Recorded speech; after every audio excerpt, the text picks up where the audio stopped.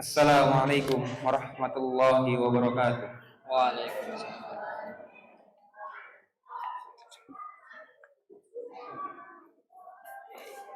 Bismillahi masya Allah khalaqna wa razaqna wa kana fadluhu alaina kabira. Bismillahi masya Allah anzala minas sama'i ma'an tahura. Bismillahi masya Allah ahya bihil ardu al-maitah wa akhraja minha hubban wa fakihah. Wa asyhadu anna Muhammadan abduhul mustafa wa nabiyyuhul mujtaba wa rasuluhul murtadal ladzi la yantiq 'anil hawa sallallahu alaihi wa ala alihi wa sahbihi ma'alimil huda wa masabihid duja wat tabi'in wa man sara ala nahjihi wa aktafa. Alhamdulillah rabbil alamin, nahmaduhu wa nasta'inuhu wa nastaghfiruh wa na'udzu billahi min shururi anfusina wa min sayyiati a'malina. May yahdihillahu fala mudhillalah wa may yudlil fala hadiyalah. Yang kami hormati Bapak Ibu dosen UIN Sultan Maulana Hasanuddin Banten, Bapak Dr. Aspandi LCMHI beserta keluarga. Yang kami hormati Bapak Ibu Dewan Guru SMA Nurul Islam Lopang Kota Serang, dan yang kami banggakan teman-teman program Pasca Sarjana Magister Manajemen Pendidikan Islam UIN Sultan Maulana Hasanuddin Banten. Alhamdulillah di pagi hari, di hari yang penuh berkah ini, tanggal 20 Oktober 2023 bertepatan dengan 5 Rabiul Akhir 1445 Hijriah, kita bisa berkumpul di SMA Nurul Islam Lopang Kota Serang dalam rangka sharing session Living Hadis dengan tema penguatan manajemen planning, organizing, action, dan controlling pendidikan Islam di Yayasan Nurul Islam berbasis Living Hadis. Yang mana kegiatan ini adalah salah satu program kegiatan pengabdian kepada masyarakat oleh mahasiswa pasca sarjana program magister.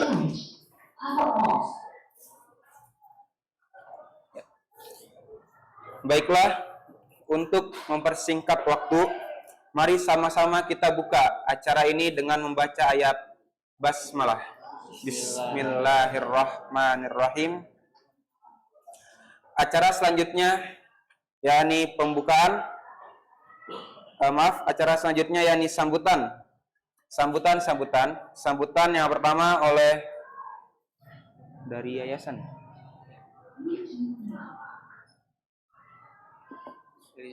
Sambutan yang pertama oleh perwakilan pengurus Yayasan Nurul Islam.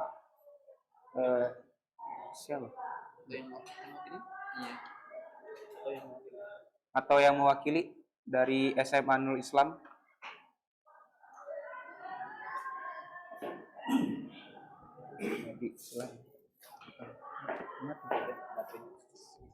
Baterainya habis.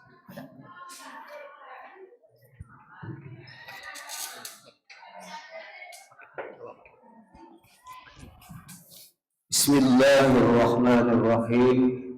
In the name of Allah, the Beneficent, the Merciful. Assalamualaikum warahmatullahi wabarakatuh. Waalaikumsalam warahmatullahi. May the safety, the mercy and blessing are with you. Alhamdulillah.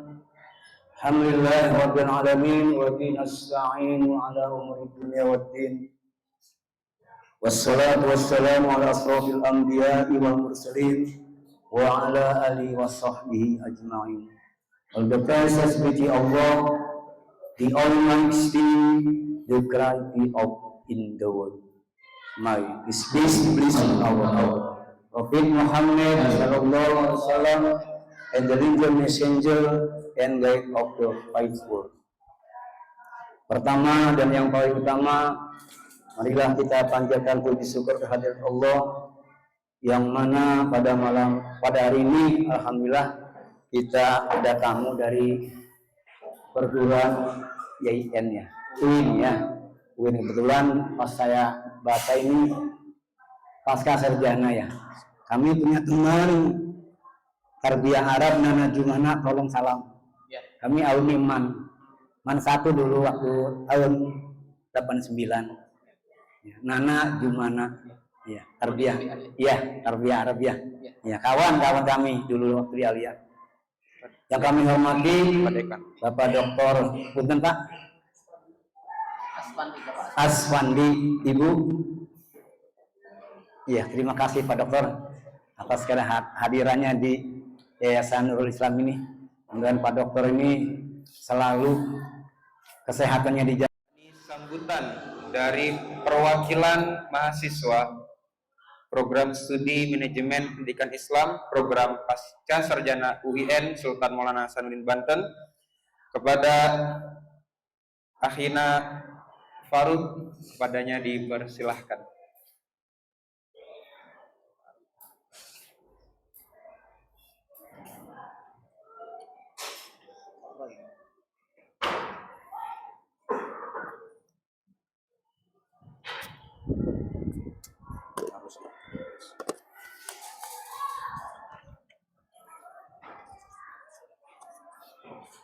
Bismillahirrahmanirrahim. Assalamualaikum warahmatullahi wabarakatuh. Yang saya hormati Bapak Fakhrudin SPD SEMM atau yang mewakili sebagai kepala sekolah. Yang saya hormati Bapak Ketua Program Studi Dr. Anis Fauzi MSI, Ibu Sekretaris Program Studi Dr. Anis Zohriyah, dosen pengampu yang kami muliakan Dr. Mahdum Bakhtiar MPD, dosen pengampu yang kami muliakan juga Dr. Aspandi M.Hum, dan para jajaran Dewan Guru beserta staf Yayasan Nurul Islam Serang. Alhamdulillah wa syukrulillah, alhamdulillah ala kulli ni'matillah, alhamdulillah ala kulli rahmatin min Allah Ta'ala Azza wa Jalla. Alhamdulillahi Rabbil Alamin, wa bihi nasta'inu ala umuri dunya waddin. Assalatu wassalamu ala ashrafil anbiya'i wal mursalin wa ala alihi wa sahbihi ajma'in. Amma ba'd. Ashhadu an la ilaha illallah wa ashhadu anna Muhammadan abduhu wa rasuluh, la nabiyya wa la rasulah ba'd. Qala Allah Ta'ala fi kitabihil karim, a'udzu billahi minasyaitonir rajim. Bismillahirrahmanirrahim. Innamal mu'minuna ikhwatun faslihu baina akhwaykum wattaqullaha la'allakum turhamun. Hunakal hadis min Rasulillah sallallahu alaihi wasallam, wa man salaka tariqan yaltamisu fihi ilman sahalallahu lahu bihi tariqan ilal jannah. Alhamdulillah, pada kesempatan pagi ini kita dapat bertatap muka, bermuajahah, yang insyaallah di tempat yang Allah muliakan, insyaallah di tempat yang diberkahi oleh Allah Subhanahu wa Ta'ala. Oleh sebab itu, saya mengajak untuk kita selalu bersyukur kepada Allah Subhanahu wa Ta'ala atas segala nikmatnya, atas segala anugerahnya, rahmatnya, dan segala apa yang Allah berikan kepada kita semua. Kemudian yang kedua, tidak lupa untuk kita ucapkan salawat kita, salam kita kepada baginda imam besar kita, Habibullah wa Habibana Muhammadin sallallahu alaihi wasallam. Karena atas perjuangannya, karena atas keringatnya, air matanya, bahkan darahnya, ia perjuangkan untuk kita, untuk umat, untuk kecintaannya, yakni Allah Subhanahu wa Ta'ala. Bapak Ibu yang saya hormati, pada kesempatan kali ini mungkin agak sedikit saya canggung berbicara di depan Bapak Ibu semua yang tadi diwakilkan dari sekolah oleh Bapak Satibi yang luar biasa, dibuka dengan bahasa Inggris dan saya hanya membuka dengan bahasa Indonesia. Tapi insya Allah dengan kekurangan kita semua. Semoga ini menjadi acuan bagi kita untuk selalu lebih baik lagi, untuk selalu lebih giat lagi dalam belajar. Karena pada hakikatnya kita berada di tempat ini bukan menyampaikan apa yang kita miliki, apa yang kita ketahui, akan tetapi kita berada di tempat ini adalah untuk belajar. Kita belajar kepada Bapak Ibu yang telah lama berjuang dengan segala keikhlasannya. Oleh sebab itu kita di sini, berdiri di sini, bahkan berbicara di sini, berada di tempat ini, tidak lain dan tidak bukan niat kita adalah untuk memberikan motivasi pada diri kita agar lebih baik lagi, agar bisa seperti Bapak Ibu yang dapat memberikan segala apa yang Bapak Ibu miliki kepada anak-anak bangsa di masa yang akan datang. Sebagaimana Rasulullah mengatakan bahwa man salaka tariqan yaltamisu fihi ilman sahalallahu bihi tariqan ilal jannah. Maka siapa yang menempuh jalan untuk mencari ilmu, maka Allah akan mudahkan baginya, bagi kita semua, jalan untuk menuju surga.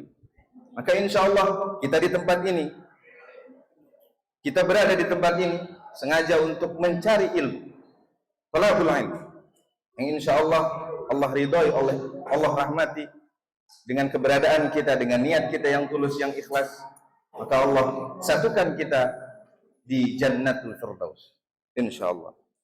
Bapak Ibu yang saya hormati, niat dan tujuan kami adalah yang pertama belajar, dan yang paling utama adalah menjalin silaturahim.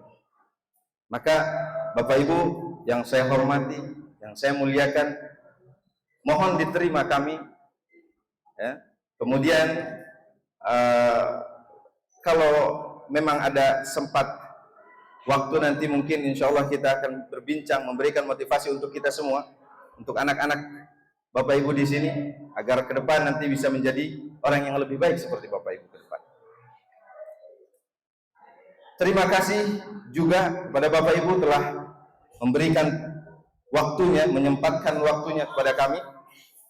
Saya pribadi mewakili teman-teman sangat amat berterima kasih, mengucapkan ribuan terima kasih. Jazakumullah khairul jazaa, jazakumullah khairul katsir.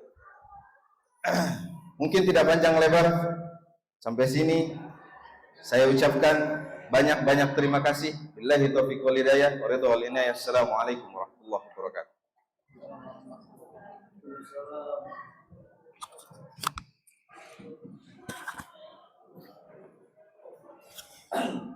Terima kasih kepada akhina Muhammad Faruq Al-Amini yang telah memberikan sambutan sebagai perwakilan dari mahasiswa.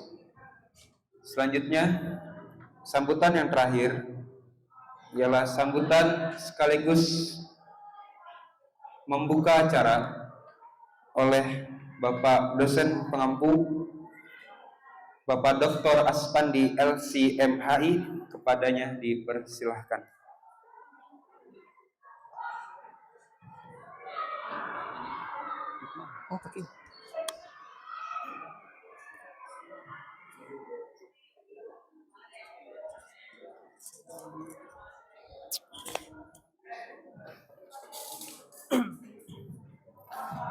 Bismillahirrahmanirrahim.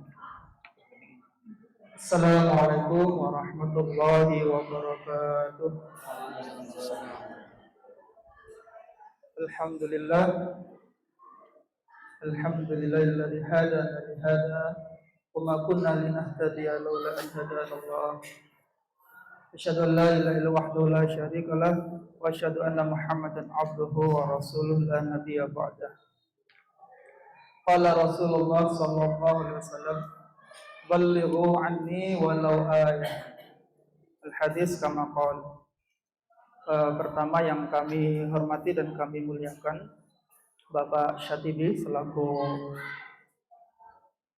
keluarga besar Yayasan Nurul Islam, Bapak Ibu guru undangan hadirin seluruhnya, dan teman-teman mahasiswa program pasca sarjana yang kami banggakan. Syukur alhamdulillah, yang pertama kita panjatkan kehadiran Allah Subhanahu wa taala karena hari ini kita diberi kesehatan semuanya dan dapat bertatap muka, dapat beraktivitas bersama, kolaborasi dalam kegiatan sharing session Living Hadis dalam rangka bagian dari program pengabdian kepada masyarakat. Yang kedua, salawat dan salam juga mudah-mudahan senantiasa tetap tercurahkan kepada junjungan kita Nabi besar Muhammad SAW, sehingga apa yang kita lakukan hari ini bersama merupakan bentuk rahmat dan hidayah dari beliau, dan mudah-mudahan ini menjadi wasilah bagi kita untuk selalu mendapatkan syafaat beliau. Amin ya rabbal alamin. Bapak Syatibi dan Bapak Ibu, perlu kami sampaikan yang pertama bahwa kegiatan ini didasari oleh bentuk Tridharma perguruan tinggi. Jadi kami di program Pasca Sarjana UIN Sultan Maulana Hasanuddin, salah satu bentuk pembelajaran kita adalah sudah adanya integrasi pengabdian kepada masyarakat. Jadi karena dalam pembelajaran sekarang tidak hanya pendidikan atau tidak hanya pengajaran di kelas saja, tetapi kita mengintegrasikan setidaknya 3 bentuk pembelajaran. Yang pertama, pembelajaran tatap muka di kelas, kemudian pengabdian kepada masyarakat, dan ada penelitian. Karena ini merupakan kurikulum dari perguruan tinggi yang Tridharma, dan mungkin ini juga bisa diadopsi oleh lembaga-lembaga sekolah mungkin tingkat SMP maupun SMA, sehingga desain pembelajaran kita nanti dengan mengikuti core-nya dari kurikulum mereka yang berbasis project, maka kita bisa mengikuti perkembangan pengetahuan atau ilmu pengetahuan dan teknologi. Kegiatan ini bagian bentuk dari pengabdian teman-teman program pasca sarjana, khususnya kelas Magister Pendidikan Islam kelas C. Jadi kami di pasca ada mata kuliah studi manajemen pendidikan Islam berbasis hadis, sehingga hari ini adalah hasil diskusi teman-teman selama beberapa bulan di kelas. Kemudian penting bagi teman-teman untuk menyampaikan, untuk saling memberikan kontribusi khususnya kepada lembaga Yayasan Nurul Islam, sehingga kita sama-sama belajar bagaimana sesungguhnya hadis juga mengajarkan tentang manajemen, atau dalam bahasa teori manajemen yang dikenal, kita mengenal dengan POAC itu ya. Ada planning, organizing, action, dan controlling itu. Dan kita sama-sama memahami, belajar bersama bagaimana sesungguhnya memanage sebuah lembaga pendidikan Islam, sehingga kita, mohon maaf, tidak hanya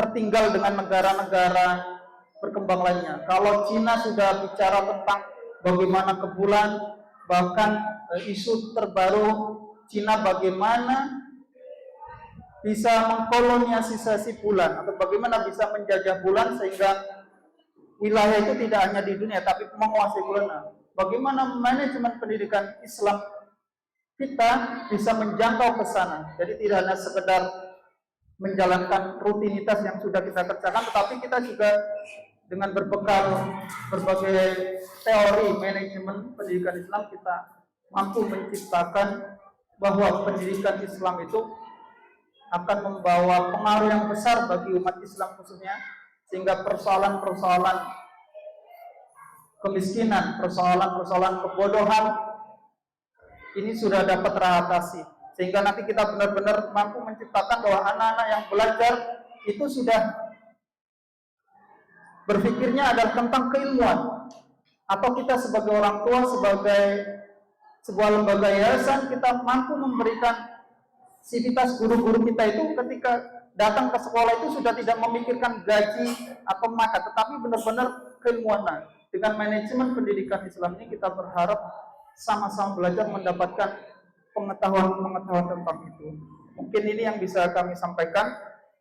Dengan bacaan basmalah bersama-sama, mari kita buka kegiatan pengabdian kepada masyarakat hari ini, dan mudah-mudahan ini membawa berkah bagi kita semuanya. Bismillahirrahmanirrahim. Dengan ini kegiatan pengabdian kepada masyarakat di Lembaga Yayasan Nurul Islam dibuka. Demikian sambutan dari kami. Yang terakhir kami sebelumnya mohon maaf atas nama UIN Sultan Maulana Hasanuddin Banten dengan segala kekurangan, dan mudah-mudahan ini menjadi sarana kolaboratif untuk kegiatan-kegiatan berikutnya. Wallahul musta'an. Wassalamualaikum warahmatullahi wabarakatuh. Waalaikumsalam.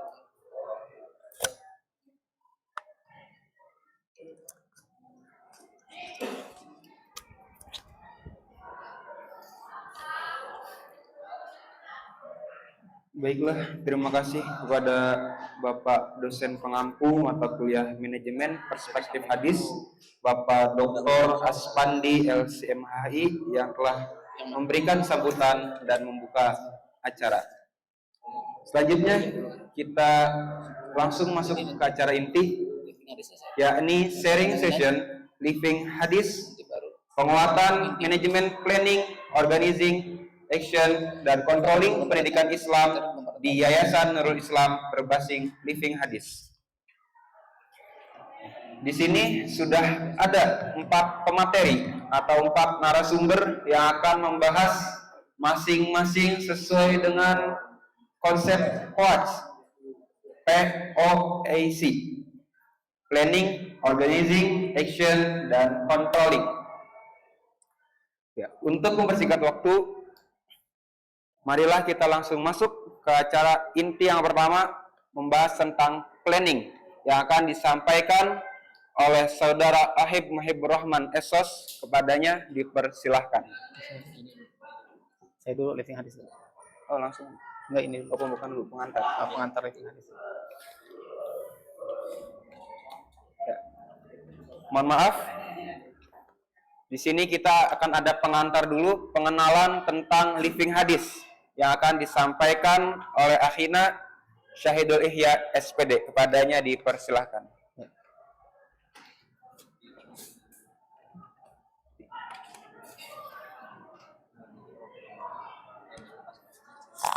Baik, bismillahirrahmanirrahim. Assalamualaikum warahmatullahi wabarakatuh. Alhamdulillah rabbil alamin. Amma ba'd. Karena waktunya sangat singkat sekali, mudah-mudahan materi yang kami sampaikan yang singkat ini membekas ya, Bu ya. Sebelumnya prolog dari saya juga berterima kasih kepada sekolah ini. Alhamdulillah sekolah ini di era banyaknya birokrasi, Bapak Ibu, alhamdulillah sekolah Nurul Islam ini sekolah yang tidak banyak birokrasi. Jadi kita memohon untuk minta kegiatan, alhamdulillah langsung di ACC oleh ya Bapak Kepala Sekolah. Yang sebelumnya juga Bapak Ibu, di tahun 2017 saya pernah mengajar di sini di SMA. Alhamdulillah ada beberapa tenaga pendidik dan staf yang masih saya kenal. Ada ibu guru senior saya, Ibu Evi, ada Ibu Evi. Kemudian ada staf adminnya juga, ada Ibu Filan. Sekarang Filan udah punya anak 5 ya. Ya, yang tadinya masih ini. Ya.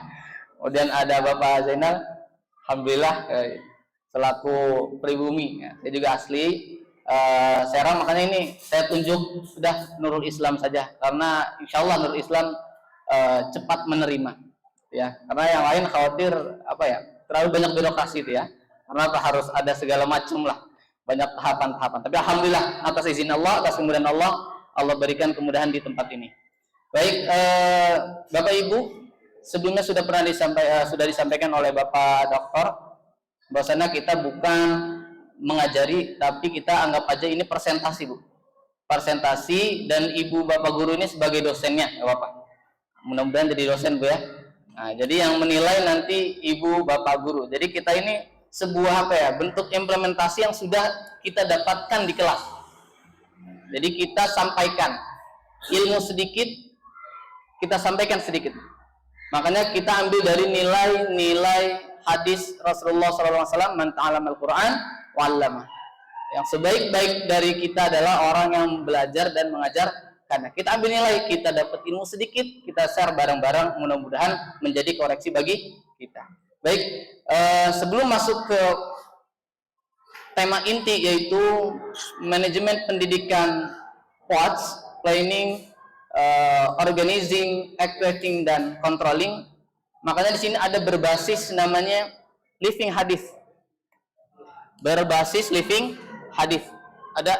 Nah, ini sebenarnya terma yang baru, tapi mempunyai nilai yang klasik. Jadi baru dengar karena ada bahasa Inggrisnya, living hadis. Sebenarnya apa Bu arti aslinya? Living itu apa living? Apa itu? Hidupan. Hadis yang sesuai dengan hadis. Sebenarnya apa? Sesuai sunnah Rasul. Artinya apa? Hidup sesuai sunnah. Itu aja sebenarnya. Karena sekarang itu kalau nggak keren termanya nggak mantap lah. Jadi dibuat keren namanya living hadis. Berarti manajemen pendidikan dalam sudut pandang hadis Rasulullah SAW, atau bagaimana Islam memandang manajemen pendidikan, atau bagaimana penerapan Rasulullah SAW secara tidak langsung menerapkan tentang POATS ini. Itu ya. Nah, kenapa kita sandingkan dengan living hadis? Kenapa? Ini kan seperti dunia yang berbeda. POATS itu planning, organizing, kemudian actuating, dan controlling ini bahasa Inggris. Perencanaan, terorganisasi, kemudian pelaksanaan dan pengawasan. Dan apa kaitannya dengan living hadis? Inilah bedanya kita manajemen pendidikan dengan manajemen pendidikan Islam. Manajemen pendidikan Islam itu kita sebagai penggerak. Guru itu harus bergerak, bukan hanya guru penggerak yang bergerak, tapi guru semua harus bergerak. Kita berarti memiliki prinsip bahwasannya segala yang kita lakukan, kita laksanakan itu didasari atas karena ibadah kepada Allah Subhanahu wa Ta'ala. Makanya kita sandingkan kepada living hadis. Berarti kita sebagai guru melaksanakan manajemen ini tidak ada lain hanya untuk beribadah kepada Allah Subhanahu wa Ta'ala. Jadi bernilai ibadah. Jadi kalau manajemen pendidikan tanpa dilandasi dengan ibadah, dengan memiliki hasil yang sia-sia. Baik, jadi itu living hadis.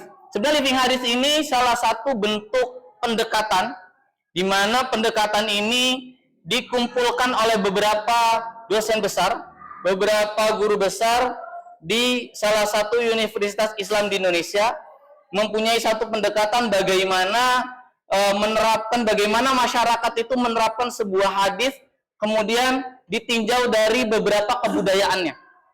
Itu living hadis. Contoh, hadis Rasulullah SAW tentang berkhitan. Ada Pak ya Bu ya? Nah, living hadis itu dilihat bagaimana sebuah masyarakat itu mengangkat hadis itu dan menerapkan ke dalam sehari-hari. Di dalamnya ada kebudayaan, ada kebiasaan yang telah dilaksanakan bertahun-tahun. Itu namanya living hadis. Maka pendidikan juga sama.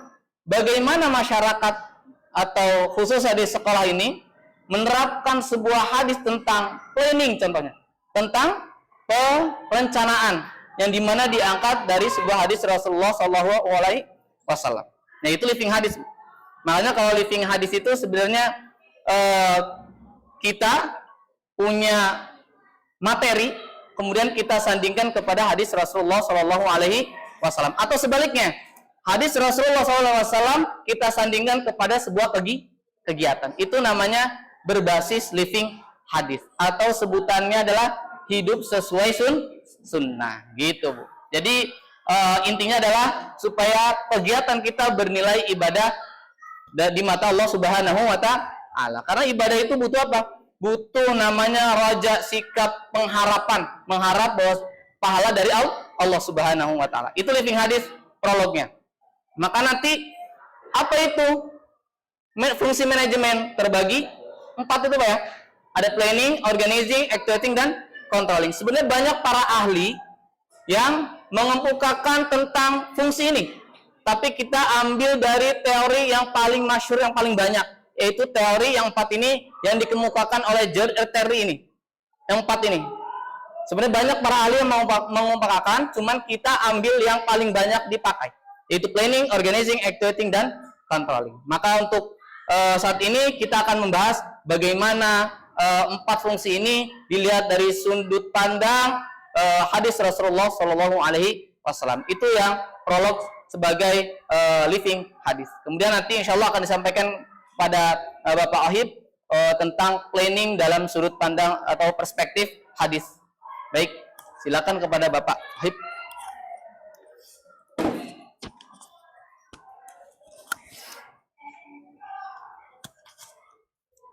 Ya, Bunganya. sebelumnya saya ucapkan terima kasih kepada Bapak Ibu semua yang sudah menyempatkan waktunya untuk mengikuti kegiatan kali ini.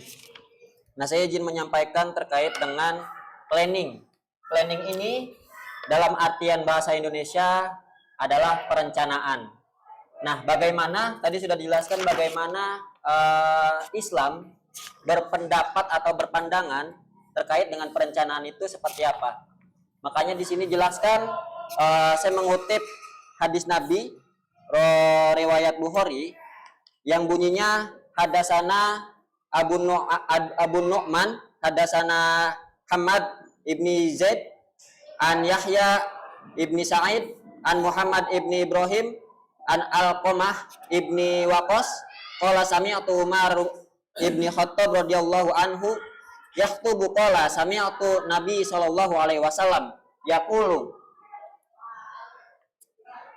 innamal a'malu binniyah wa innamal likulli imri'in ma nawa faman kana hijratuhu ila Allahi wa rasulihi fa hijratuhu ila Allahi wa rasulihi faman hajara ila dunya yusibuha aw imra'atin yang kihuha fahijratuhu ila ma hajaro ilaihi, yang dimana artinya di sini hadis ini dimulai dari Nabi Muhammad SAW yang didengar oleh Umar bin Khattab, yang didengar juga oleh Alqamah bin Waqas, dan didengar oleh Muhammad bin Ibrahim At-Taimi, dan didengar juga oleh Yahya bin Sa'id Al-Ansori, kemudian didengar oleh Sufyan, dan disampaikan oleh Al-Humaydi Abdullah bin Az-Zubair.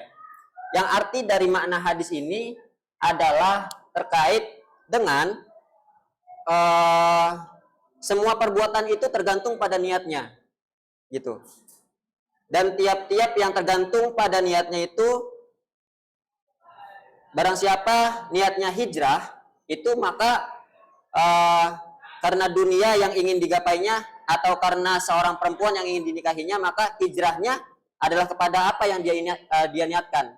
Maksudnya ini ketika kita mempunyai keinginan itu harus dibarengi dengan niat yang baik. Kalau niat kita itu untuk hijrah, itu landasannya pasti niat yang baik. Tapi kalau misalkan niat kita untuk mengejar perempuan saja, itu bisa kita lihat atau bisa kita simpulkan itu niatnya kurang baik. Terus bagaimana untuk pengaplikasian dalam bentuk manajemen pendidikannya? Di sini dibahas kalau misalnya perencanaan itu adalah di definisinya ya. Dari definisinya Cek. oke. Dari definisi perencanaan itu adalah kita sebagai tenaga pendidik itu merencanakan sesuatu yang ingin dicapai. Itu dari segi definisi. Kemudian merencanakan sesuatu yang ingin dicapai ini tergantung pada niatnya. Kalau niat kita itu baik, pasti kita merencanakannya juga dengan cara yang baik, gitu. Atau bahkan sebaliknya, kalau niat kita jelek, contoh ini misalnya, kalau misalkan suatu tenaga pendidik merencanakan suatu kegiatan tapi atas dasar kepentingan pribadi, itu kan niatnya jelek, itu niatnya tidak bagus. Makanya kita sebelum melakukan perencanaan di dalam manajemen pendidikan, kita perlu untuk niat yang untuk meluruskan niat terlebih dahulu, gitu. Terus juga saya kaitkan dengan hadis yang kedua.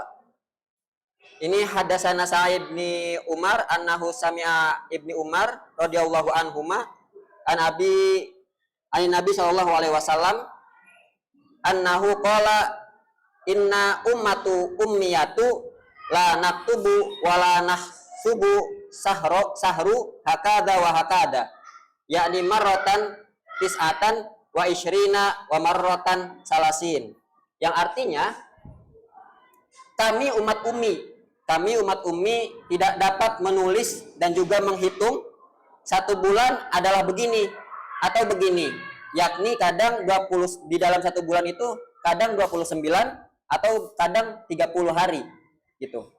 Terus maksudnya itu apa? Maksudnya pada hadis ini adalah ketika masyarakat Madinah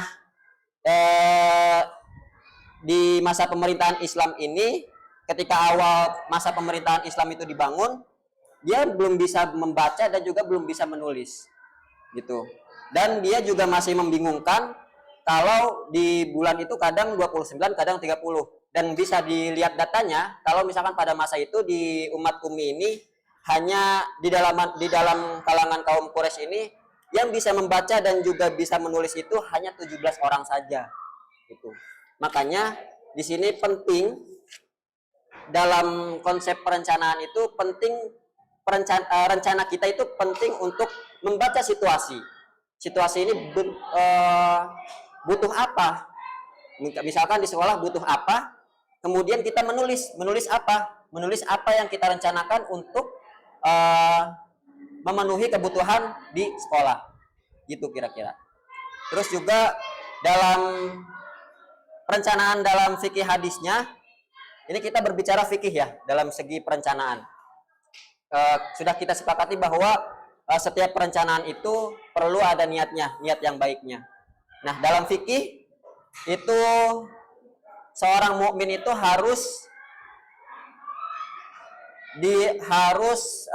berniat di niat itu di dalam ibadah itu ada beberapa yang rukunnya itu terdapat niat. Seperti ibadah sholat itu ada rukunnya niat ya. Terus juga puasa itu ada rukunnya niat. Terus juga haji pun begitu. Maka dalam sholat, puasa dan juga haji, kalau misalkan kita tidak ada niatnya, itu tidak termasuk ke dalam rukun-rukun ibadah tersebut. Maka kalau misalkan kita tidak melaksanakan rukun ibadah tersebut, bisa dibilang ya wallahu alam itu tidak bisa mendapatkan ganjarannya. Nah, terus juga saya ingin menyampaikan terkait planning menurut Al-Qur'an.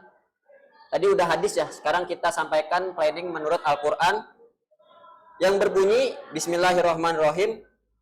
Ya ayyuhalladzina amanu taqullaha wal tanzur nafsum ma qaddamat ligat wattaqullaha innallaha khabirum bima ta'malun.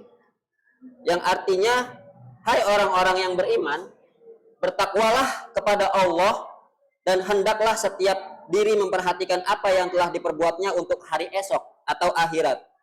Dan bertakwalah kepada Allah, sesungguhnya Allah Maha mengetahui apa yang kamu kerjakan. Maksud dari ayat ini adalah kita harus mempersiapkan sesuatu atau merencanakan sesuatu yang nantinya akan diminta pertanggungjawabannya. Makanya sebelum kita menghadapi hari pertanggungjawaban tersebut, kita perlu untuk merencanakan sesuatu yang insya Allah kita lakukan itu baik, dan kita untuk diminta pertanggungjawabannya itu insya Allah juga bisa menjawab dengan baik juga. Makanya perlu untuk merencanakan sesuatu perencanaan, baik niatnya, baik juga untuk merencanakannya gitu, sehingga kita bisa untuk mempertanggungjawabkan apa yang kita kerjakan. Terus dalam teori manajemen pendidikan Islam, saya mengambil dari perencanaan itu bisa dibagi menjadi 3 dalam perencanaan ya. Dari segi waktu, perencanaan itu ada jangka pendek ya. Perencanaan itu ada jangka pendek, terus juga ada jangka menengah, terus juga ada jangka panjang. Kira-kira Bapak Ibu ada yang tahu program jangka pendek itu apa? Mungkin ada contohnya mungkin? Boleh angkat tangan? Oke, kita kasih contoh ya. Untuk jangka pendek itu sekiranya kita itu merencanakan kegiatan Isra Mi'raj contohnya. Nah, Isra Mi'raj ini masuk ke dalam perencanaan jangka pendek. Karena apa? Kalau misalkan rencana itu sudah terlaksana, itu tidak boleh dilakukan lagi karena tujuannya sudah selesai. Gitu. Jadi kalau tujuannya sudah selesai, itu sudah tidak mengerjakan apa yang sudah direncanakan. Gitu. Jadi itu contohnya Isra Mi'raj tadi. Terus juga untuk jangka menengahnya, ini jangka yang waktunya itu tidak pendek dan tidak panjang, atau tidak jangka pendek atau tidak jangka panjang. Ini di tengah-tengah. Nah, kemudian ada juga jangka panjang. Jangka panjang itu yang prosesnya lumayan panjang, perlu waktu bertahun-tahun untuk mewujudkan tujuan dari perencanaan itu. Contohnya, menciptakan lembaga pendidikan, menciptakan siswa dari lembaga pendidikan itu untuk masuk ke dalam perguruan tinggi yang skalanya nasional. Itu tidak bisa kita masukkan ke dalam perencanaan yang jangka pendek. Karena apa? Karena mereka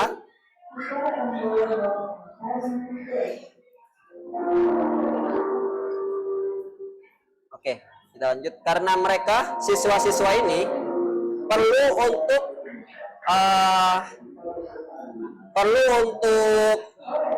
belajar selama 3 tahun. Kalau misalkan SMA 3 tahun ya, kalau kurang lebih 3 tahun.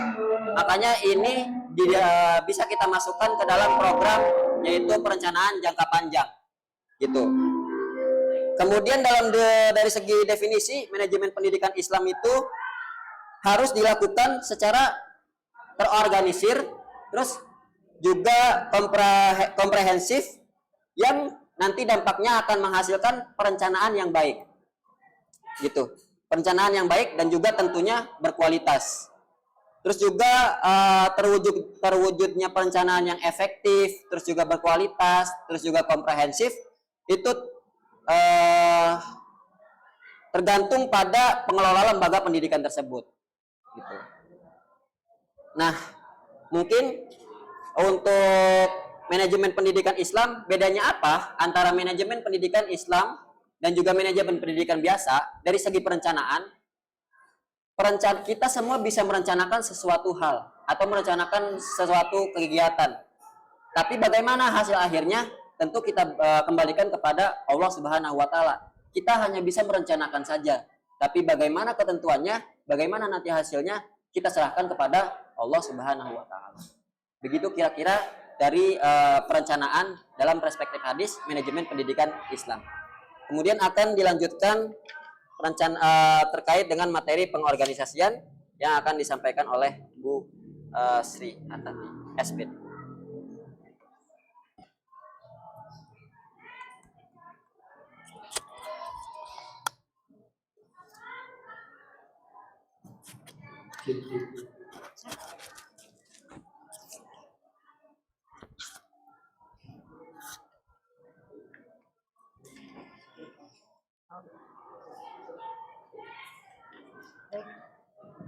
Assalamualaikum warahmatullahi wabarakatuh. Terima kasih. Saya akan melanjutkan termin yang kedua, yaitu tentang organizing.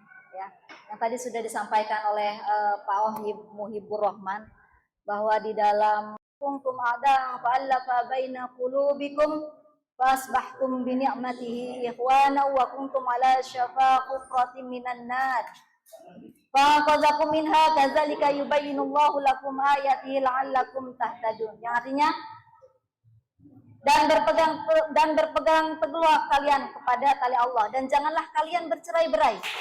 Dan ingatlah akan nikmat Allah kepadamu ketika kamu adalah dulu pada masa jahiliyah bermusuh-musuhan.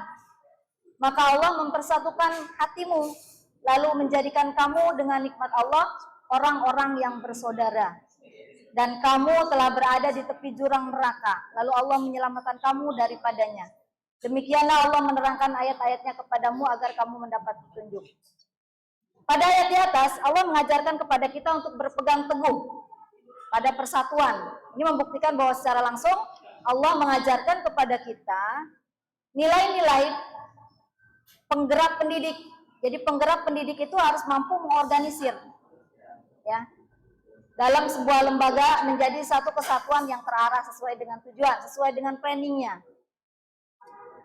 Sebagaimana nilai-nilai yang terkandung dalam hadis perorganisasian di atas. Jadi di dalam manajemen pendidikan Islam dibutuhkan kemampuan dalam menempatkan tugas pokok.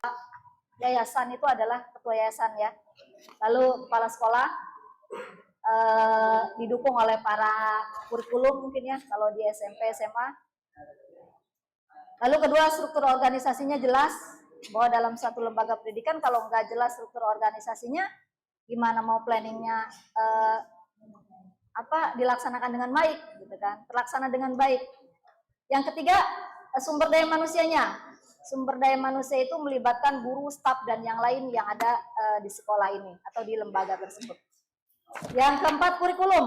Nah, ini adalah kurikulum ini merupakan roh dari pendidikan, ya, karena di sana itu termuat rencana pembelajaran, ada materi, ada metode, ada tujuan pembelajaran. Nah, yang paling pokok itu kita punya siswa yang akan menjadi sasaran, ya, yang akan menjadi sasaran mereka, gitu. Yang keenam, fasilitas dan sarana, gedung yang memadai, di mana mereka nyaman untuk belajar. Dan kalau di SD itu sekarang sedang gaungnya gerakan sekolah menyenangkan, ya, tidak ada bully-bulian, gitu kan. Sampai sekarang itu anak lebih hafal lagu bully daripada lagu Islam, ya, lagu anak-anak. Tapi tetap mereka senang lagunya apa, tapi ketika di kelas pasti saja ada laporan, bu ini dipukul ini, nangis. Nah itu, jadi kemungkinan itu secara perlahan, ya, sehingga bagaimana lagu itu bisa menyerap, merubah tingkah laku mereka. Yang ketujuh yaitu ada anggaran, ada keuangan, karena kalau misalnya kita bilang satu kegiatan tidak anggaran itu no way, ya, tidak akan jalan, ya, tidak akan jalan, tidak ada anggaran dan biaya yang harus dikeluarkan. Yang keempat, ada kebijakan dan peraturan, tentunya itu kebijakan dari pemerintah, ya, pusatnya, dan itu nanti dilanjutkan dengan kebijakan lembaga itu sendiri. Jadi setiap lembaga pendidikan itu punya kebijakan masing-masing. Yang kesembilan yaitu evaluasi dan pengukuran. Jadi evaluasi dan pengukuran itu di setiap lembaga itu bisa berbeda. Ya, tadi disebutkan oleh Ohib, ada jangka menengah, ya, jangka pendek, jangka menengah, dan jangka panjang. Yang terakhir, pentingnya hubungan dengan stakeholder. Di sana ada orang tua siswa, ada lingkungan masyarakat, ada komunitas-komunitas yang lain di lingkungan sekolah kita. Jadi itu unsur-unsur organisasi dalam pendidikan yang tidak boleh kita abaikan salah satunya.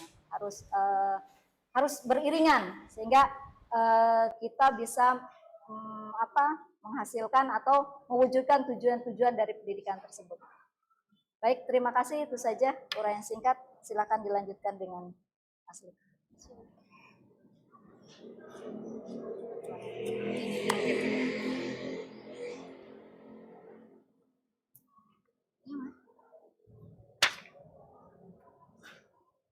Baik, Bapak Ibu, menyambung lidah dari materi kita pada hari ini.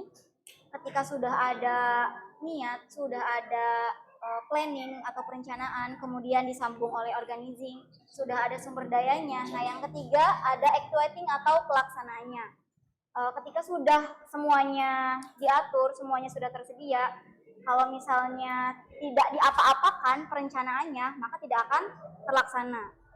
Nah, actuating atau pelaksanaan di sini merupakan atau hal yang bisa kita pahami dari actuating atau pelaksanaan ini, kemampuan seorang pemimpin untuk menggerakkan bawahannya atau pengikut atau anggotanya untuk berbuat dan melakukan sesuatu untuk mencapai apa yang dituju. Nah, sebelumnya tadi sudah disampaikan ada planning dan organizing. Di dalam setiap yayasan atau dalam setiap lembaga pendidikan pasti ada visi misi di dalam sekolahnya. Pasti ada tujuan yang harus dicapai secara bersama-sama. Nah, setelah semuanya sudah terorganisir, setelah semuanya sudah direncanakan, maka harus dilaksanakan dan diterapkan di dalam lembaga tersebut.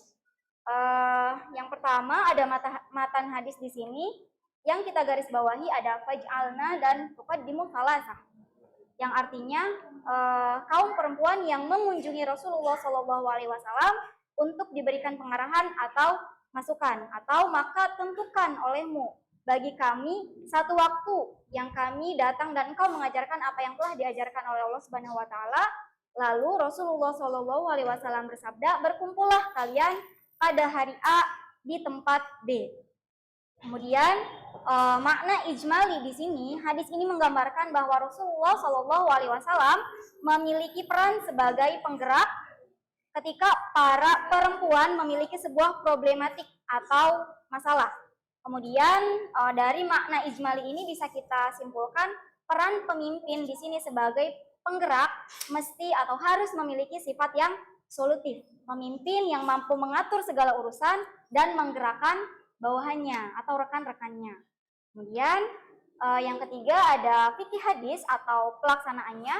Actuating di sini yaitu pelaksanaan yang baik dan akan menciptakan akhlak yang baik. Seperti dalam hadis kalimatut thayyibatus shadaqah, ucapan yang baik adalah sedekah, dan pelaksanaan pada manajemen pendidikan harus direalisasikan dengan efektif dan efisien.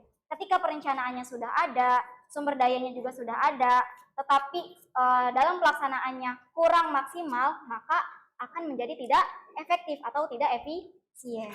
Kemudian mengutip Quran surah Al-Kahfi yang berbunyi a'udzubillahi minasyaitonirrajim, bismillahirrahmanirrahim, ya ayyuhalladzina amanu lima taquluna ma la taf'alun, kabura maqtan indallahi an taqulu ma la taf'alun. Yang artinya, wahai orang-orang yang beriman, kenapakah kamu mengatakan sesuatu yang kamu kerjakan? Amat besar kebencian dari Allah Subhanahu Wa Taala bahwa kamu mengatakan apa-apa yang tidak kamu kerjakan. Nah, Allah itu nggak suka ketika seorang pemimpin atau seorang organisator mengatakan sesuatu, tetapi orang tersebut atau pemimpin tersebut tidak melakukan apa-apa. Jadi ketika kita mendapatkan mandat atau mendapatkan tugas sebagai seorang pemimpin, tidak hanya menunjuk dan mengucapkan, tetapi ikut serta terjun ke lapangan, agar apa yang sudah direncanakan, apa yang sudah diplanningkan, apa yang sudah diorganisasikan, atau yang sudah diatur sedemikian rupa, itu terlaksana dengan baik. Kemudian perspektif teori manajemen pendidikan Islam, untuk menjadi pendidikan yang lebih baik, maka terdapat pelaksanaan yang harus sesuai dengan tujuan tadi, sesuai dengan visi misi yang sudah diatur, yang sudah dirundingkan. Kemudian pelaksanaannya ini erat kaitannya dengan motivasi. Motivasi ini datangnya dari mana? Selain dari diri kita sendiri, dari pemimpin itu sendiri. Nah, dengan cara tidak membandingkan atau memberikan keleluasaan kepada, kalau di sini kepada perempuan untuk sama-sama mengenyam pendidikan. Nah, kalau di lembaga pendidikan memberikan keleluasaan kepada bawahannya, kepada guru-guru, kepada stafnya, kepada rekan kerjanya untuk mendapatkan hak yang sama. Nah, kemudian bagaimana sih cara memotivasi, cara membawa, cara memberikan arahan kepada rekan-rekan, kepada staf, kepada guru, kepada bawahannya ala Rasulullah SAW. Yang pertama, ya sumber segala motivasi, yakni taat kepada Allah Subhanahu Wa Taala. Ketika ya sholat zuhur, gak cuma ayo bapak ibu sholat zuhur, tapi ya pemimpinnya pun ikut serta sholat zuhur misalnya. Kemudian setelah itu ada niat yang tulus memberikan dampak yang positif dan tanpa mengharapkan imbalan apapun. Kemudian harus jujur dan percaya, memberikan kepercayaan kepada stafnya agar pemimpin tersebut bisa diteladani, bisa dicontoh atau menjadi role model untuk bawahannya. Kemudian menjaga semangat agar bawahannya pun ikut dalam situasi yang dibangun oleh pemimpin tersebut, memberikan dukungan secara emosional dalam artian peduli. Kemudian berbagi pengetahuan ketika kita mendatangi salah satu tempat, kemudian mendapatkan ilmu, ya seperti kita ini sharing dalam hal keilmuan. Kemudian adanya rutinitas yang teratur. Jadi ketika ada sesuatu hal digaungkan secara teratur, secara konsisten, nggak setengah-setengah. Kemudian adanya kerja keras dan kerja tim, sekalipun di lembaga pendidikan ada strukturalnya, ada pemimpinnya, ada bagian-bagiannya. Ketika tidak ada kerja sama tim, maka pelaksanaan tersebut ya wallahu alam entah terlaksana dengan baik atau sebaliknya. Kemudian adanya komitmen atau prioritas, rasa tanggung jawab dalam setiap staf. Kemudian berbicara hal-hal yang baik agar tidak sia-sia, dan yang terakhir yaitu adil, tidak membedakan satu dengan yang lainnya. Kemudian akan dilanjutkan oleh Pak Ihya mengenai kontrol. Baik, bismillahirrahmanirrahim. Saya lanjutkan Bapak Ibu. Sudah dipaparkan tentang manajemen tadi 3 Bu ya. Planning, organizing, dan actuating. Tapi kita lihat pada real dalam manajemen pendidikan yang kita ampu sarang Bu. Kira-kira termasuk kegiatan apa Bu atau Bapak yang termasuk ke dalam planning dalam pendidikan, khususnya dalam sekolah? Kira-kira ada nggak yang tahu? Khawatir ini kalau tidak diterapkan atau tidak tahu, berarti karena kita sandarannya hadis, berarti tidak menerapkan hadis Rasul. Kan bahayanya seperti itu. Kira-kira dalam sekolah bentuk planning itu seperti apa Bu? Atau seorang guru? Perencanaan. Ini Bapak Ibu guru ya. Kira-kira bentuk planning seorang guru itu apa? RPP. Rencana, pembuatan rencana. Nah, kalau nggak buat RPP, berarti kita itu tidak hidup sesuai. Khawatir. Kenapa? Karena Rasul itu mengajarkan tentang perencanaan secara tidak langsung. Kemudian tadi kan contohnya RPP. Apalagi Bu? Yang disiapkan. Rencana itu penyiapannya. Ya? Media pembelajaran atau alat peraga. Alat tulis. Itu kan rencana pembelajaran. Nah, kita kaitkan dengan hadis itu berarti kita tuh melaksanakan itu sesuai loh dengan hadis Rasul.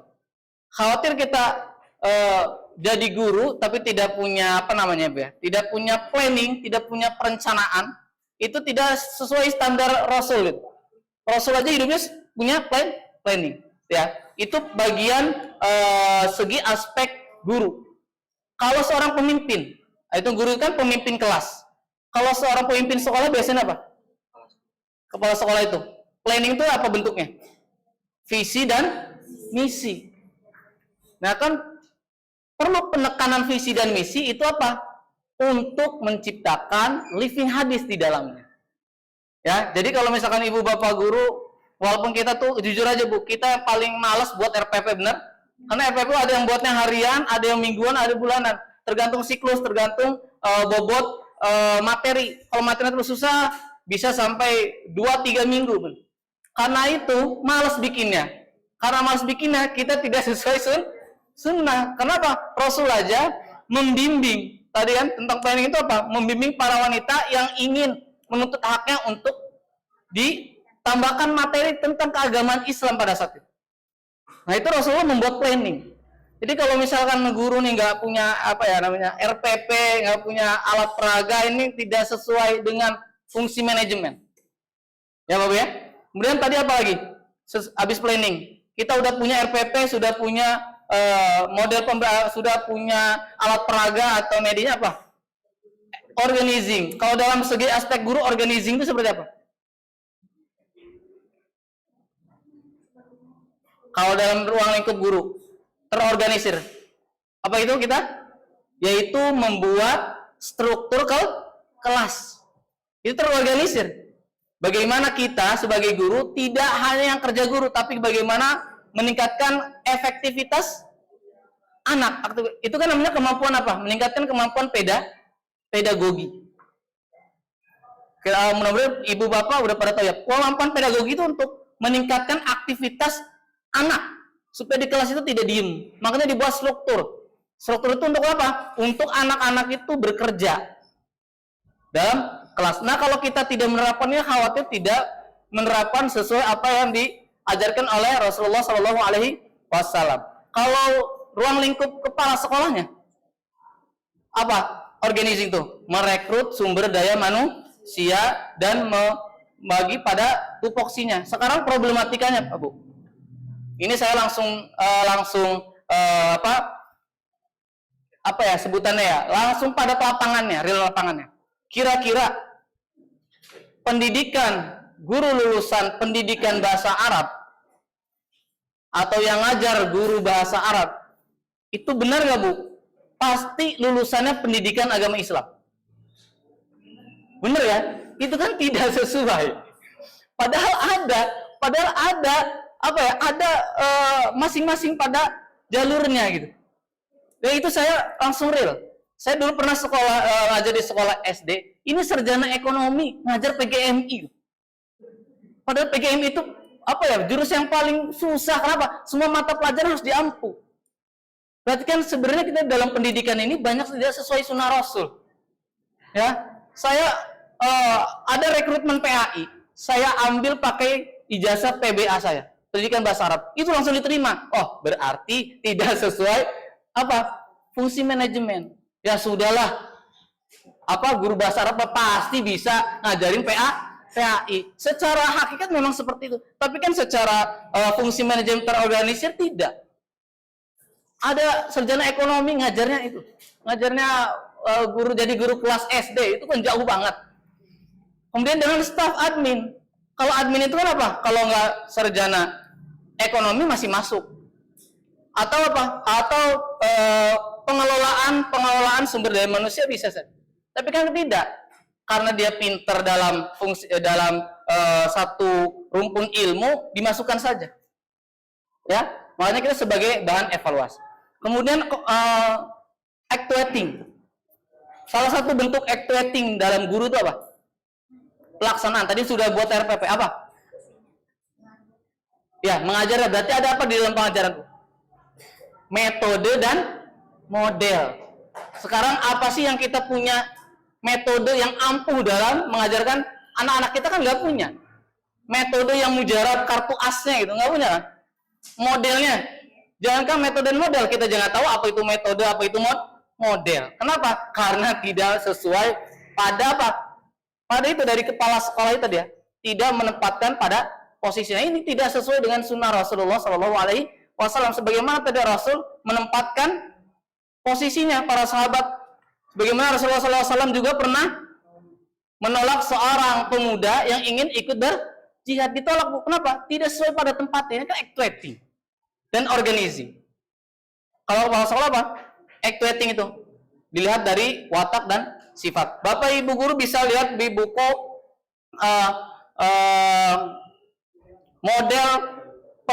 model kurikulum perguruan tinggi, yaitu karyanya Eko Injarjit. Di situ ada CEO, Chief Executive Officer ya. CEO itu bisa guru, bisa kepala sekolah. Sekarang perbedaan problematika guru dan bapak kepala sekolah itu ada CEO klasik, ada CEO modern di situ di dalamnya. CEO klasik itu Bu, apa problematikanya? Buta akan teknologi. Kalau CEO modern itu melek akan teknologi. Bagaimana problematika ini supaya lurus dengan sesuai sunnah Rasulullah SAW itu dilihat dari planning dan organizing, baru actuatingnya pas. Baru yang terakhir adalah controlling. Bentuk controlling pengawasan guru itu apa? Ini kan guru harus tahu bentuk pengawasannya apa? Bentuk pengawasan seorang guru itu salah satunya menilai bagaimana anak itu dilihat dari 3 aspek penilaian. Apa Bu? 3 aspek penilaian anak itu. Psikomotor, apalagi? Afektif dan kognitif. Nah gitu kan? Kita ini ingin menerapkan hadis Rasul nih, supaya kita tuh hidup ibadahnya dapat. Oh, kita melihat bahwasannya kita nih mengawasi anak ini dari 3 aspek itu. Apa tadi? Psikomotor, kognitif, afektif, dan psikomotor. Kemudian hasil nih, nilai. Nah, controlling dalam segi pemimpin kepala sekolah, yang ini saya angkat akan jadikan sebuah penelitian, di mana pengawasan itu ada yang berbasis evaluasi bukti, ada pengawasan yang berbasis formatif. Tapi ibu-ibu dan bapak-bapak pasti tahu apa penilaian asesmen formatif dan asesmen sumatif. Udah tahu? Kita ini biasanya pakai asesmen apa? Evaluasinya apa? Formatif apa? Sumatif. Apa itu sumatif? Nah, penilaian apa?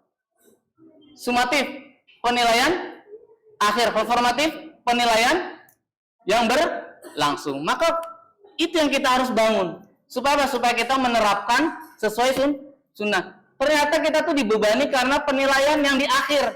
Makanya bentuknya rapot. Sekarang saya aktualisasikan dalam bentuk real. Ibu dalam kelas itu ngajar 2 mata pelajaran, sejarah dan bahasa Indonesia. Ngajar 3 kelas, dalamnya ada 30 anak, berarti 90 anak. Berarti 90 anak kali 2 mata pelajaran, berarti berapa semua? 90 kali 2. Berarti 180 yang harus dinilai. Sekarang ada nggak kemungkinan indikasi untuk nembak nilai? Jujur aja nggak apa-apa. Ya, ada indikasi untuk, nah itu kan tidak sesuai sunnah. Karena saya juga mengalami, sudah mepet waktunya, ya, kemudian koreksian belum ada, belum rampung, tembak nilai dia sesuai dengan kebiasaan anak. Oh, ini anaknya kayaknya agak bener-bener dikit lah, hasilnya 80. Ini anak kayaknya agak pinter, kasih 90. Ini kan tidak sesuai standar. Standar apa? Ya standar manajemen dan juga standar sunnah Rasul. Bayangkan Rasul itu memilih imam aja butuh selektif, apalagi kita. Sama, kepala sekolah, pemimpin juga ada evaluasi bukti. Sekarang nih, real saja. Apakah sudah Bapak kepala sekolah itu meninjau, mengawasi kita dalam menilai anak-anak? Tidak kan? Contohnya, Bapak kepala sekolah, seorang pemimpin meninjau guru, Bapak Ibu guru, bagaimana cara menilai anak-anak? Apakah sumatif, apa normatif? Bagaimana hasilnya? Kan tidak. Kemudian penilaian secara formatif juga tidak. Berarti ini kita ini sebenarnya banyak apa? Fungsi manajemen yang dimana sudah diajarkan langsung oleh Rasulullah SAW, walaupun pada dulu itu definisi konsepnya belum tertulis, tetapi sudah dilaksanakan. Pada saat ini sudah ada definisi dan tertulis. Berarti kita ini sebenarnya banyak posisi fungsi manajemen yang tidak kita terapkan. Berarti sudah ngaku saja kita itu dalam manage pendidikan belum sesuai sunnah Rasulullah SAW. Nggak apa-apa, ngaku saja. Saya juga sama, seorang guru juga banyak tidak sesuai standar Rasul. Jadi kan prinsip ini, ya. Oh, berarti bernilai ibadah. Bagaimana saya menerapkan sebuah planning di mana Rasulullah SAW secara tidak langsung mengajarkan, yaitu dengan apa? Dengan membuat RPP. Minimal itu aja yang nggak malas. Karena itu yang malas RPP itu. RPP itu kan ada kompetisi dasar, kompetisi isi, kemudian ada kegiatan, penilaian, metode. Kita ketik berhari-hari dalam 5 kelas. Itu malasnya, gitu kan? Makanya kita di sini adalah menciptakan bagaimana kita membangun fungsi manajemen supaya kita melaksanakan kegiatan ini dilandasi dengan ibadah. Karena ibadah itu butuh dalil. Dalilnya sudah disampaikan oleh teman-teman. Ternyata kita menjalankan manajemen itu ada dalilnya. Berarti kalau ada dalilnya kita menjalankan itu berarti ibadah. Berarti ibadah itu butuh dalil. Nah, kita ini sedang mengkerucutkan seperti itu. Paham Ibu Bapak ya? Mudah-mudahan dengan ilmu yang kita dapatkan dan sedikit yang kita dapatkan kemudian kita terapkan berbagi ilmu ini sebagai bukti bahwasannya manajemen kita ini butuh koreksi dan kita sebagai guru adalah subjek utama untuk mengkoreksi itu. Kesimpulannya adalah Pak Fajar, kesimpulan bisa dilihat.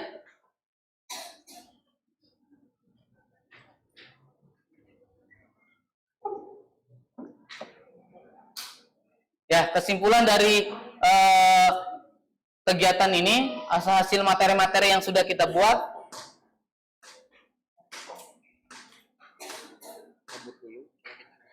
Ya. Jadi kesimpulan ini bisa dilihat dari hasil yang kita dapatkan. Ya, lanjut.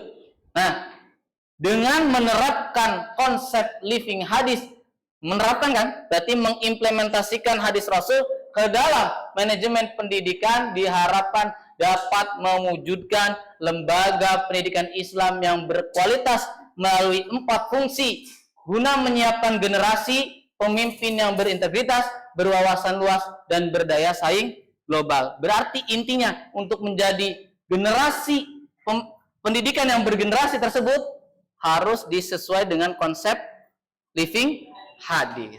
Jadi kita tuh bedanya manajemen pendidikan dengan manajemen pendidikan Islam itu kita tuh punya prinsip, jalurnya apa? Al-Qur'an dan hadis. Semua tuh untuk ibadah kepada Allah Subhanahu wa taala. Wallahu a'lam bishawab. Mungkin itu yang bisa kami sampaikan.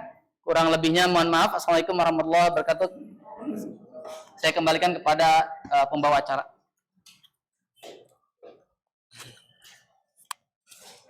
Baik, terima kasih kepada para pemateri sharing session living hadis. Kemudian acara selanjutnya yakni sesi tanya jawab. Mungkin bagi Bapak, Ibu guru ada yang ingin bertanya, kami persilahkan.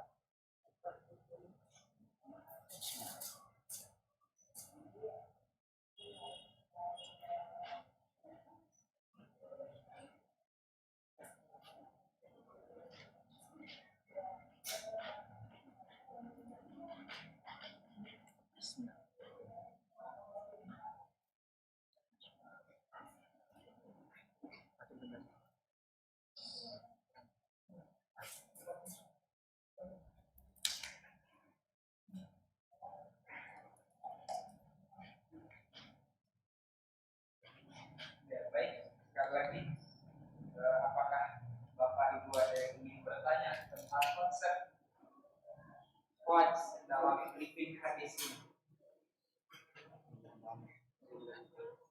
Karena materi sudah tidak sabar untuk ditanya.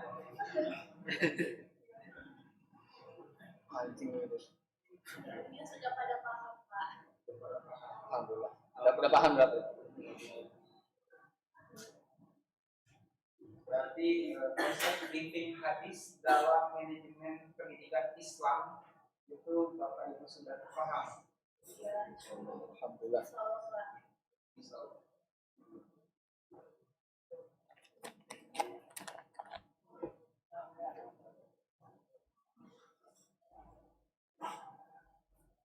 Baiklah, jika tidak ada yang ingin bertanya, sesi terakhir yakni penguatan materi quotes, manajemen, planning, organizing, actuating, and controlling pendidikan Islam di lembaga pendidikan Islam oleh Bapak dosen pengampu Bapak Dr. Aspandi LCMA MKI Supadanya. Penguatan.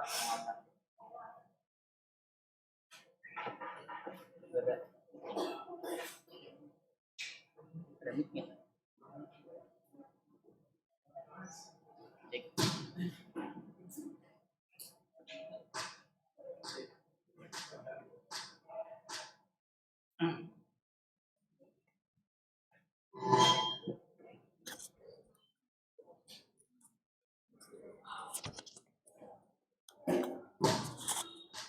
Nggak ada. Bisa.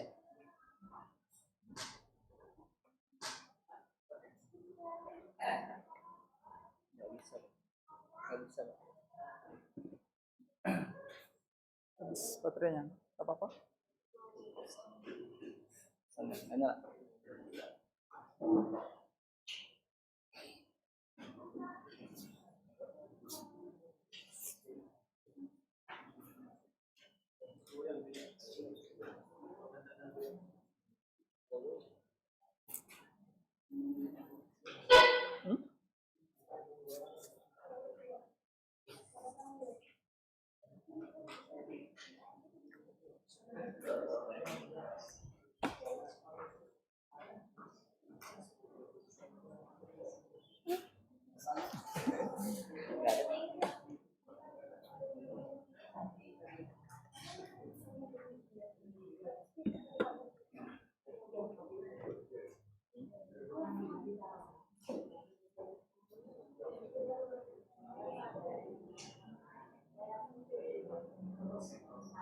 Nggak bisa, Pak. Nggak apa-apa.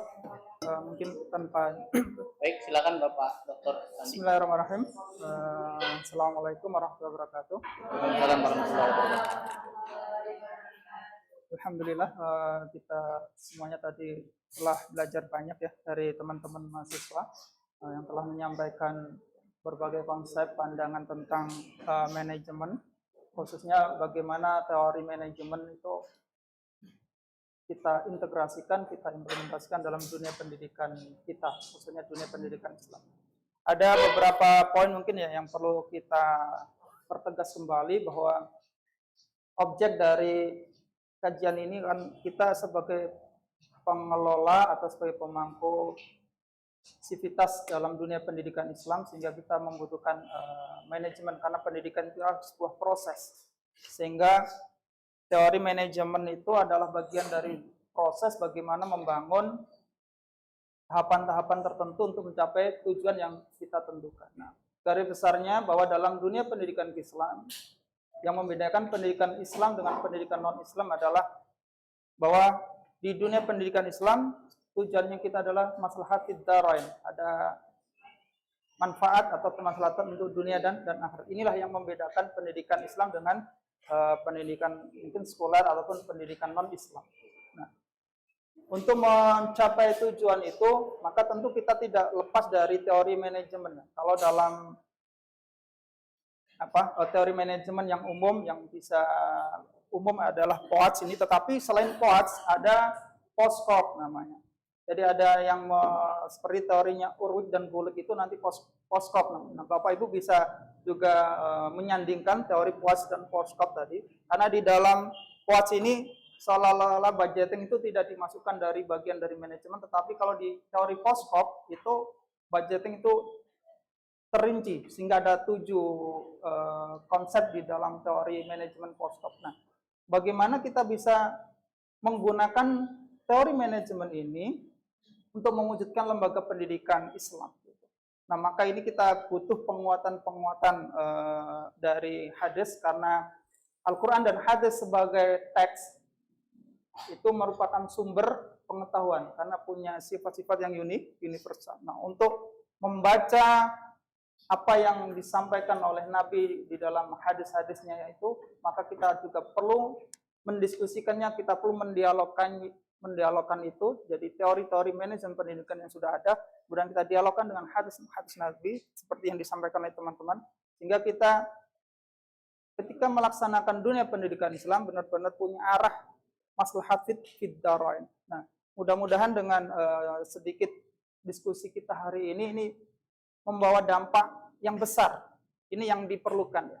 Ya, jujur sebagai pribadi, saya menjadi guru juga lumayan lama, dari 2008 hingga sampai saat ini. Kalau saya secara pribadi bukan dari Serang, saya dari Jawa Timur, dari Lamongan.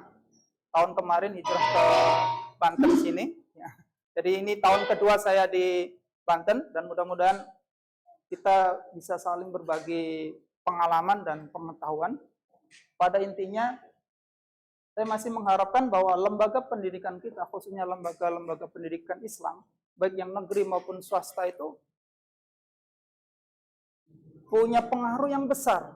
Artinya kalau kita melihat teori Abraham Maslow misalkan, posisi kita tidak lagi di fisiologi, hanya untuk memenuhi kebutuhan bagaimana anak itu bisa menghitung 1 + 2, tidak.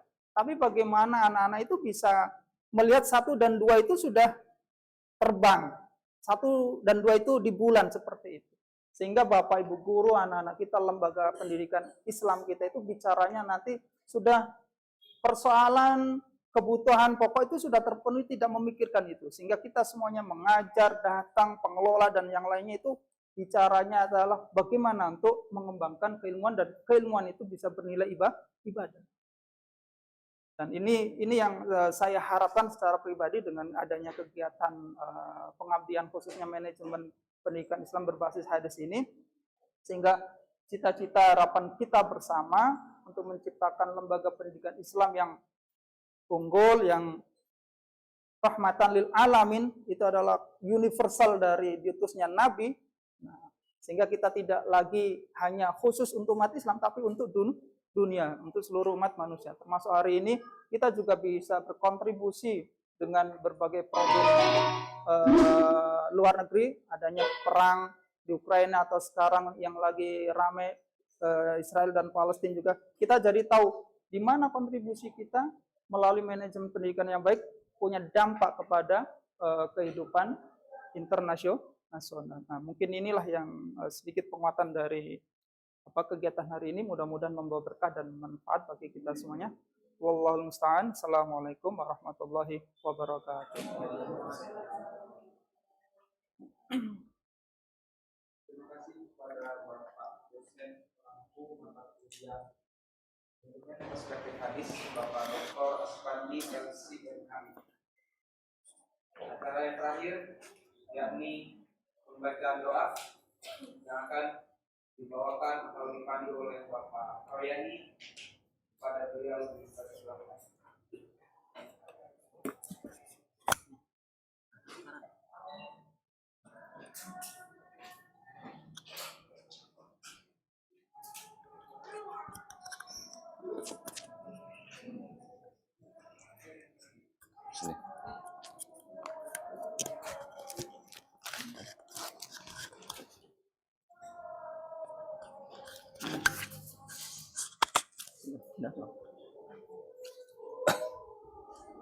Assalamualaikum warahmatullahi wabarakatuh. Waalaikumsalam warahmatullahi wabarakatuh. Di akhir acara ini marilah kita sama-sama dengan berdoa supaya acara kita menjadi berkah dan bermanfaat. A'udzubillahi minasyaitonirrajim. Bismillahirrahmanirrahim. Allahumma shalli wa sallim ala nabiyyina Muhammadin sallallahu alaihi wasallam wa ala alihi washabihi wazwajihi wa dzurriyyatihi wa li baitil kiram. Allahumma shalli ala Muhammad salatan tunjina biha min jamil ahwali wal afat wa taqdi lana biha jami'al hajat wa tarfa'una biha indaka 'alad darajat wa tuballighuna biha aqsal ghayat min jamil khairati fil hayati wa ba'dal mamat innaka 'ala kulli syai'in qadir. Bismillahirrahmanirrahim. Allahumma alif baina qulubina waslih dzata bainina wahdina subulas salami wa najjina minadh dhalimin minadh dhulumati ilan nur wa jannibnal fawahisha wa ma dhahara minha wa ma batan wa barik lana fi asma'ina wa absarina wa qulubina wa azwajina wa dhurriyyatina wa tub alaina innaka antat tawwabur rahim waj'alna syakirina li ni'matika musannina biha qabilha wa timni alaina.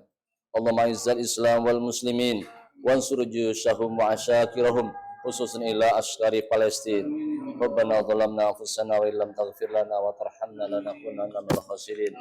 Rabbana atina fid dunya hasanah wa fil akhirati hasanah wa qina adzabannar walhamdulillahi rabbil alamin.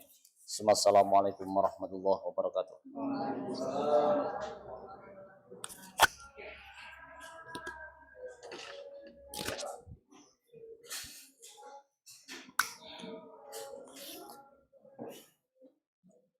Terima kasih saya ucapkan kepada Bapak Royani yang telah memandu doa terakhir, doa penutup pada acara ini. Semoga doa kita terkabul dan dijabah oleh Allah Subhanahu wa taala. Amin amin ya rabbal alamin. Yang terakhir yakni penutup, mari kita tutup acara sharing session Living Hadis, penguatan manajemen planning, organizing, action and controlling pendidikan Islam di Yayasan Nurul Islam berbahasa Living Hadis dengan sama-sama membaca ayat hamdalah. Alhamdulillahirabbil alamin. Kafaratul majlis. Subhanallahumma wa bihamdika asyhadu an la ilaha illa anta astaghfiruka wa atubu ilaik. Sekian dari saya selaku Master of Ceremony. Bila mana ada kata-kata yang salah mohon dimaafkan. Dan dari kami mahasiswa Program Studi Manajemen Pendidikan Islam, Program Pasca Sarjana, mengucapkan terima kasih sebanyak-banyaknya kepada Yayasan Nurul Islam, khususnya SMA Nurul Islam. Semoga di lain waktu kita bisa bermuajahah kembali. Sekian, wallahul musta'an, hasbunallahu wa ni'mal wakil, wallahul muwaffiq ila aqwamit thoriq. Assalamualaikum warahmatullahi wabarakatuh. Setelah ini mohon sedikiranya untuk foto bersama.